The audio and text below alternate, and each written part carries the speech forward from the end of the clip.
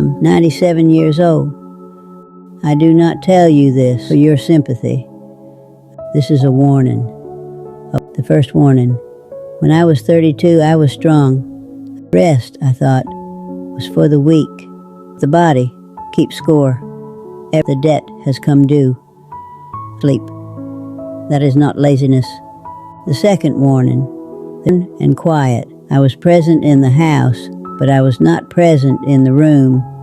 He passed on a Tuesday morning in October, and I have spent every October since then sitting in the chair where he used to read, trying to remember the warmth of his hand. The people in your life, your mother, your father, your children, your partner, your old friend, you haven't called in months. They're not permanent. They feel permanent. They feel like they will always be there when you finally have time for them. But they will not wait forever. And the most painful thing in old age is not sickness, and it is not loneliness. It is the memory of a person who loved you, whom you were too busy to love back properly. Do not let that be your story. Put down what is urgent. Pick up what is important. Before October comes for you too. The third warning. When I was 40, I thought the most important thing in my life was the opinion of people I no longer remember. I dressed for them. I worked for them. I shaped my words carefully so they would approve of me. I built a life that looked impressive from the outside and felt completely hollow from within. My career took what my children needed. No promotion ever felt as warm as a long conversation with someone who loves you. No achievement ever filled the silence of an empty house. No amount of money ever bought back a single afternoon with a child who is now grown and gone. I am not telling you that work is wrong or that ambition is wicked. I am telling you to count the cost. Every yes you give to something outside your home is a no you are given to something inside it. Be ruthless about what deserves your life every single day. I have 2 more warnings. The 5th is the one I have carried like a stone. One day I would travel to the places I had circled in the old atlas I kept on my shelf. One day I would make peace with my sister after our long silence. One day I would sit down and write the things I truly felt, the ones I kept swallowed for the sake of being agreeable. One day, that one day, never came. Not because life was unkind, but because I kept waiting for the right time, the right circumstances, the right version of myself that would finally feel ready. And here's what I wish.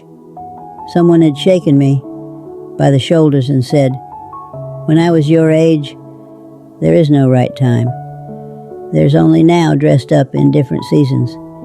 And if you do not act now in this imperfect, inconvenient, ordinary now, you will be sitting where I am sitting, looking back at a long procession of one days that never came. Make the call, take the journey, forgive the person, begin the thing, not when you are ready, not when it is easier, not when the children are older or the mortgage is smaller or the world is calmer. Now, because I promise you, with every year I have left in these bones, the gravest regret of old age is not what you did. It is what you were, too afraid, too busy, or too proud to begin. And now, the final warning, the one that cost me the most. I spent the better part of my life taking care of everything around me and almost nothing within me. I tended to my house, my family, my reputation, my duties, but my soul, the quiet innermost part of me that knew what was true and longed for what was sacred, I left it, like an unwatered garden. I was not a faithless woman. I believed in God. I went to church on Sundays. I said my prayers at night with the mechanical faithfulness of someone who has memorized the motions but forgotten the meaning. Who am I? What does my life mean? Am I at peace with what I have done, with the years I was given? And when old age came, and it comes for everyone, whether you believe it or not, there was nowhere left to hide from those questions.